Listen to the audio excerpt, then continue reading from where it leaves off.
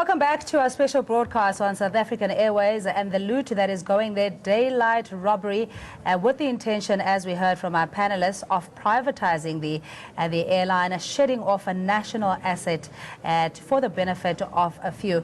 Now, we're only investigating or talking about two of the most glaring of these irregularities and maladministration, and yet there have been 17 investigations so far on the finances of the airline. And one of the more glaring and concerning examples is the ENS report involving a company which was excluded in 5 different tender processes, but nevertheless managed to sign a 1.6 billion rand contract with SAA Technical.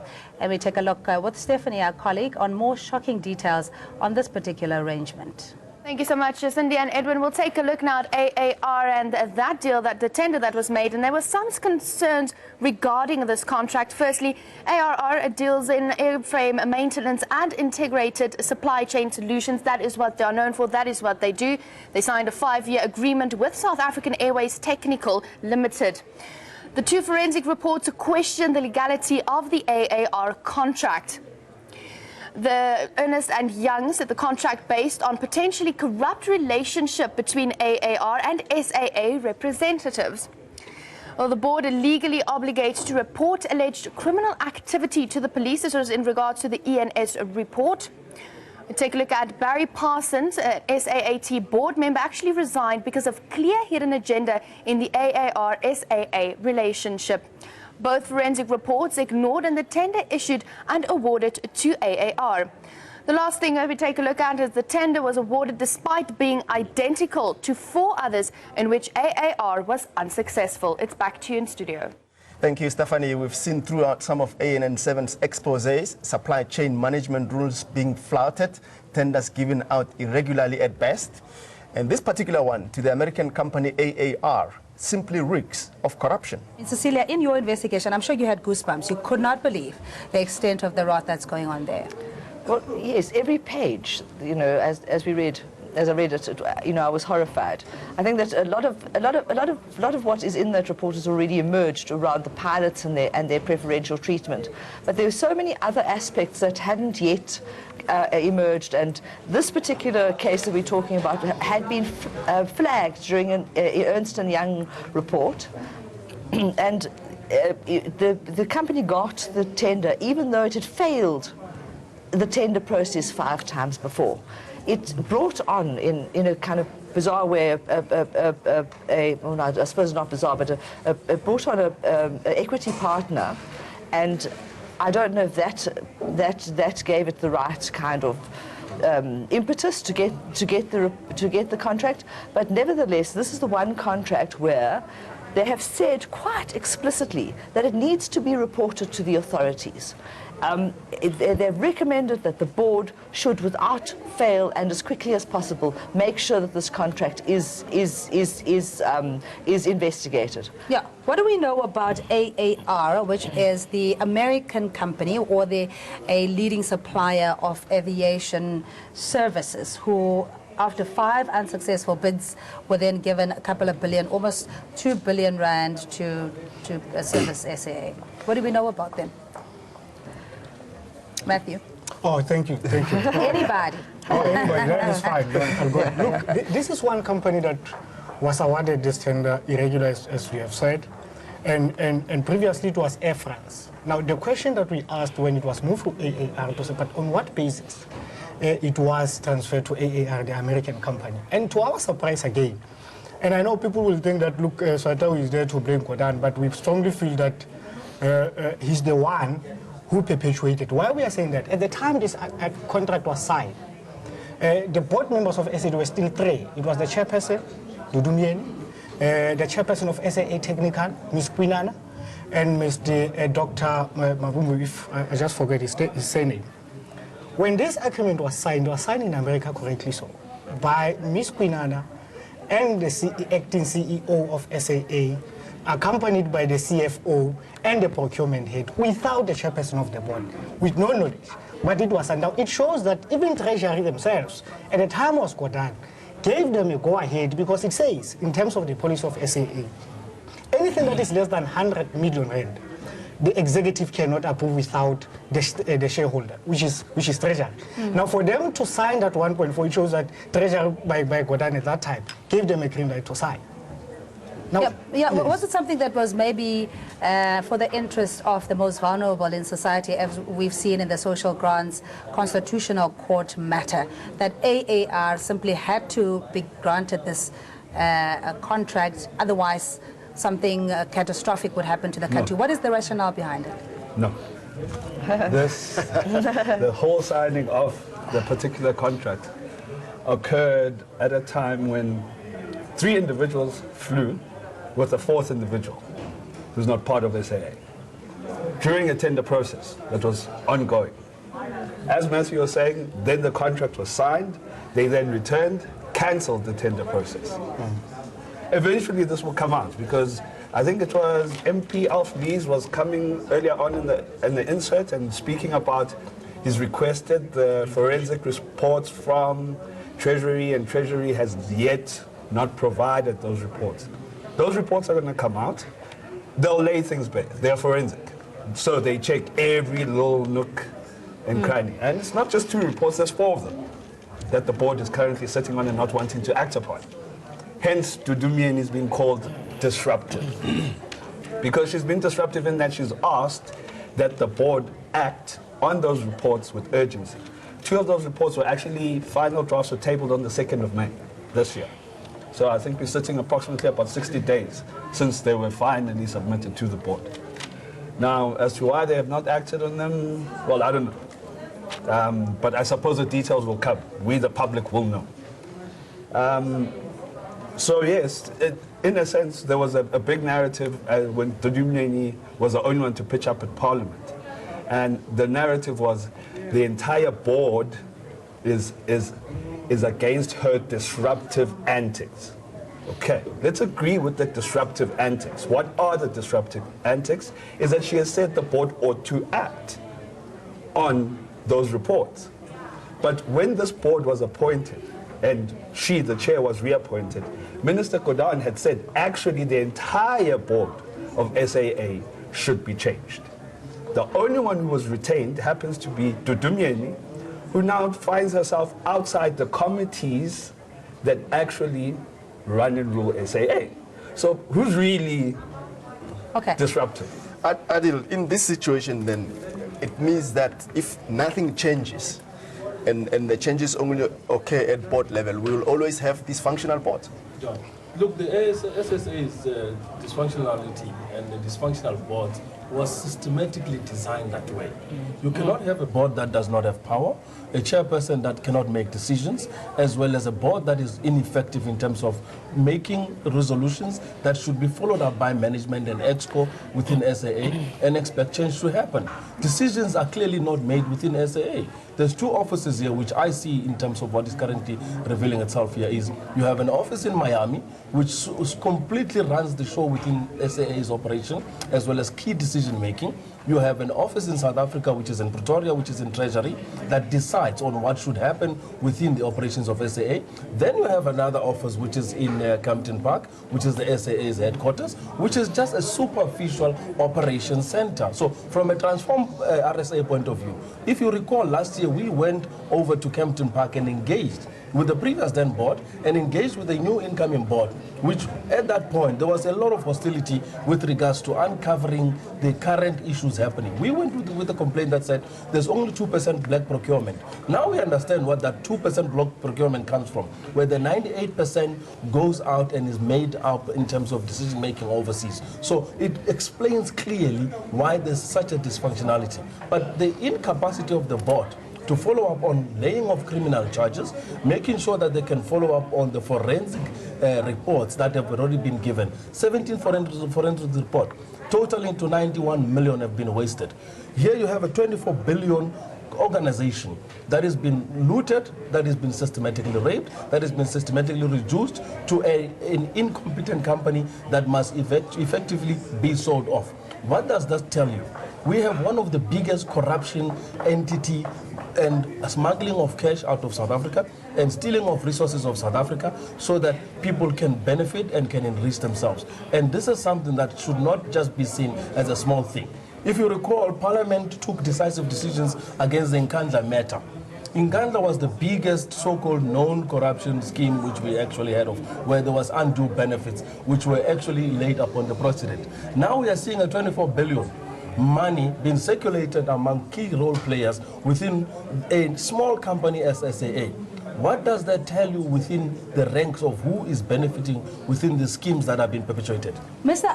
Imam, just in terms of what Dumieni is, you know, she speaks about radical economic transformation, having had stakeholder engagement roadshows to encourage a transformation or a different complexion to the supply chain process. Would you say that it makes it impossible for her to even effect any changes based on the fact that she doesn't have control of the contracts that have been signed historically, and who benefits in this case? Well, indeed, I think the whole issue of radical economic transformation is a joke.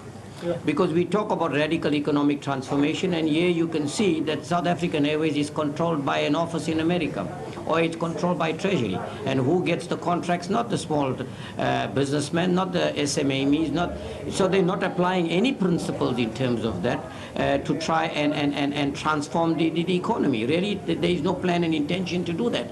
So it makes it very difficult for anyone in her position and anyone else that may have a similar interest in trying to transform the economy, in being able to ensure that supply chain management principles are complied with, and that we comply in terms of the BEEs and the SMEs and things like that. But, you know, clearly you can see here the problem is a lot bigger.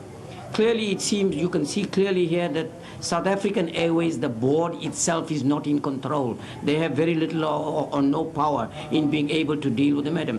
You know, we talk about Public Finance Management Act, you can see clearly. And I mean, I think one of your guests has just alluded to the fact that over 100 million rand, the executive cannot make those decisions. So the question is, who authorized it? How did we breach the PFMA? So clearly, you know, radical economic transformation, a brilliant idea to transform this economy, and that is why we come back to the same thing again. 3 billion is in South Africa, on an equivalent of 50% of the wealth of South Africa. Nothing is changing. So yes, it is not in the interest of anyone wanting to intervene in this matter. To transform the economy will always have a serious challenge. The South African Airways was put under administration back in 2014, in December of that year. Here's Stephanie now to tell us the relationship between SAA and Treasury. Thank you so much. Let's take a look at Treasury's involvement in SAA. We do know that SAA was put under Treasury's administration in December of 2014. SAA engages with Treasury on a weekly, a monthly and a quarterly basis. Taking a look at their weekly meetings, the agenda there is high-level financial concerns, cost compression and general housekeeping. The responsibility for the agenda of each meeting rests with the Treasury. Let's take a look at the SAA CFO oversees all these meetings. Now we move on to their monthly meetings. The agenda there is strategies and financial results of the previous months.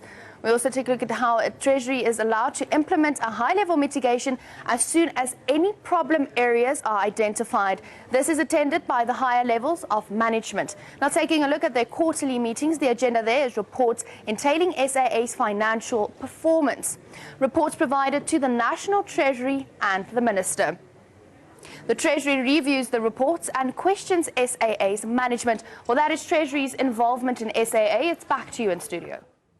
Thank you, Stephanie Janse van Vuren. According to a question in Parliament in February, there were 12 investigations into SAA since 2014, costing in excess of 20 million rand, which have had various mandates, including looking at tenders, procurement, the sale of leaseback of aircraft, profitability, and why the airline is dependent on bailouts, etc.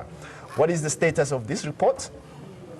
Well, ANN7 has had insight of 2 forensic reports on procurement, and that's what we're discussing today. And these are from Ernst & Young. And why the airline continues to make losses, there was the ENS report, and both of these were finalized. Question we're asking to our panelists, what has been done since then? Cecilia. Well, nothing. I mean, that's it, nothing. The reports have been there. They're ready to be acted upon. They need to be discussed.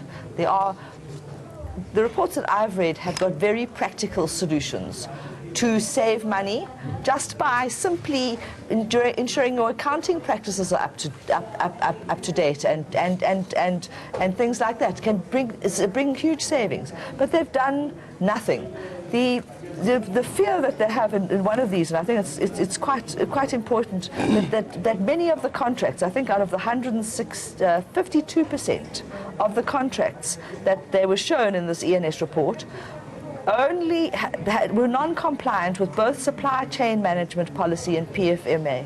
This is a serious allegation. I mean, no, these things need to be acted upon urgently. You know, even if you understand that perhaps there's an agenda to privatize, etc., it's taxpayers' money. It's millions and millions of rands that is not being managed properly. There are many role players in this saga, you know, and with different interests. But ultimately, I take it that everybody wants to see a healthy SAA. But what needs to happen? Look, what needs to happen is we need to look at international benchmarking. Airlines across the world are making money.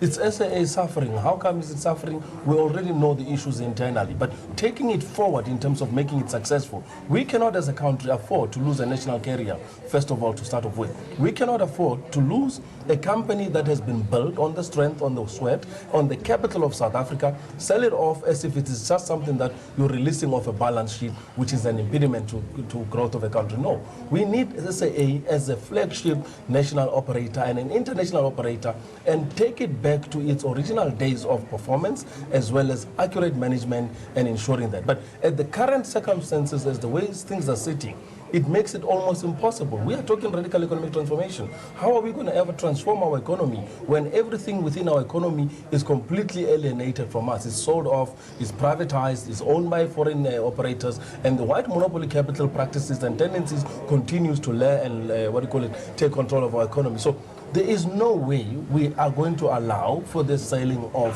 SAA. As a transform RSA, we are resolute on the issues regarding the mismanagement of finances, capital, as well as the asset, which is a state asset, which belongs to the people of South Africa.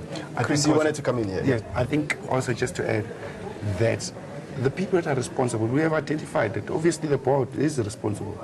There are some monies that, you know, they're supposed to give authorization for over 50 million bucks, as Dingy said. They're supposed to be giving approval of that. They haven't.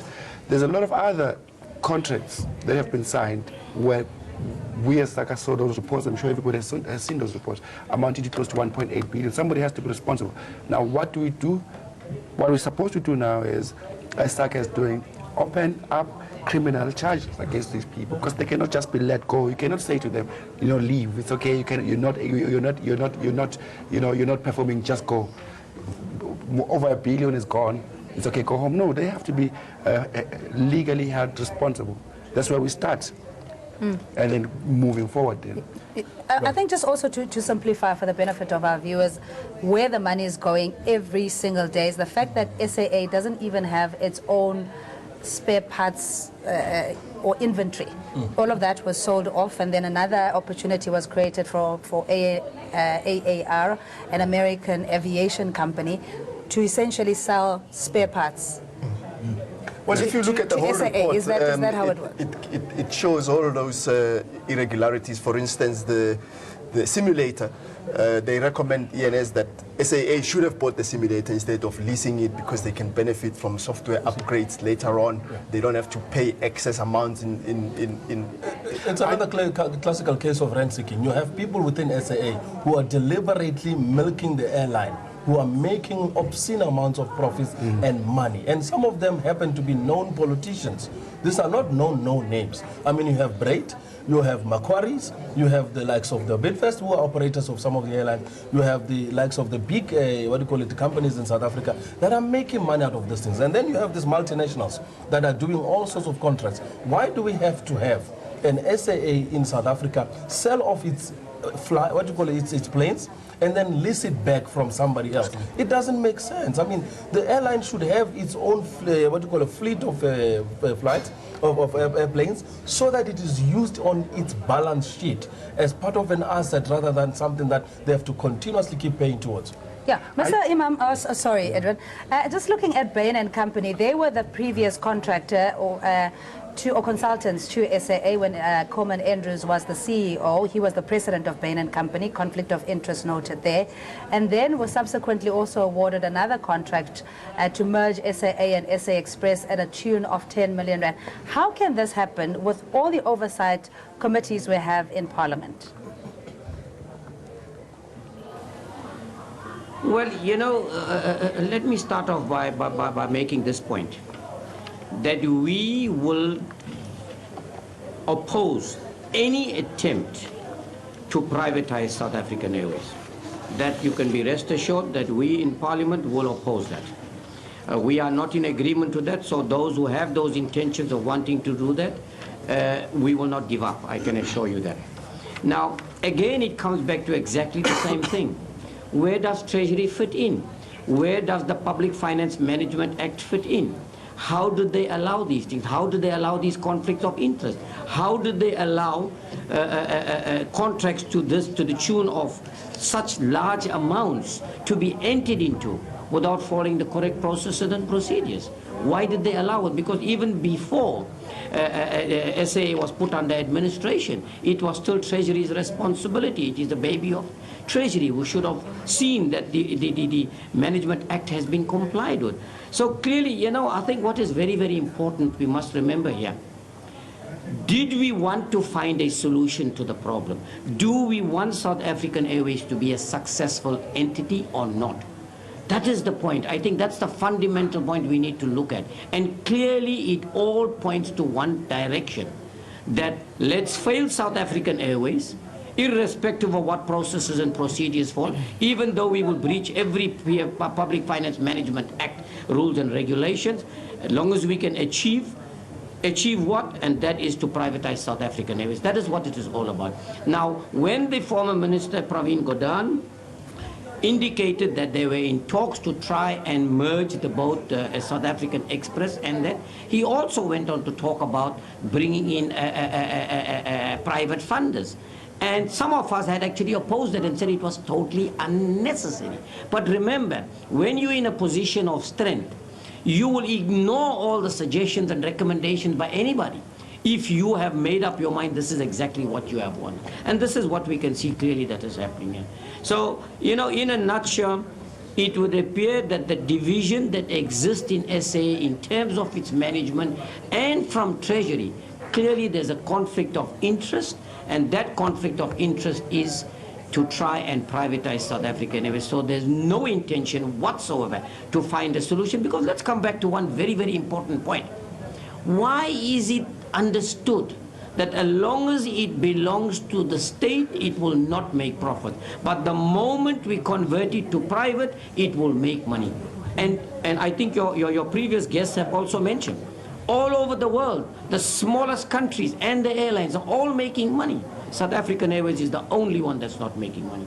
So again, we come back to the same thing, and I think what must happen, we need to look at this very, very seriously and deal with them, and I think it's the matter for the public protector to come in. Really, I think it is a matter for the public protector to come in and intervene in this matter, and whoever are responsible must be criminally held liable for it. Matthew, from the union's point of view, I'll come back to the same question. You know, we've established now that there's a rot at SAA, the role players. What would you like to see happen from now on from the union's point of view? Look, we've done almost everything with management of SAA, the board, in terms of requesting meetings, including the treasury.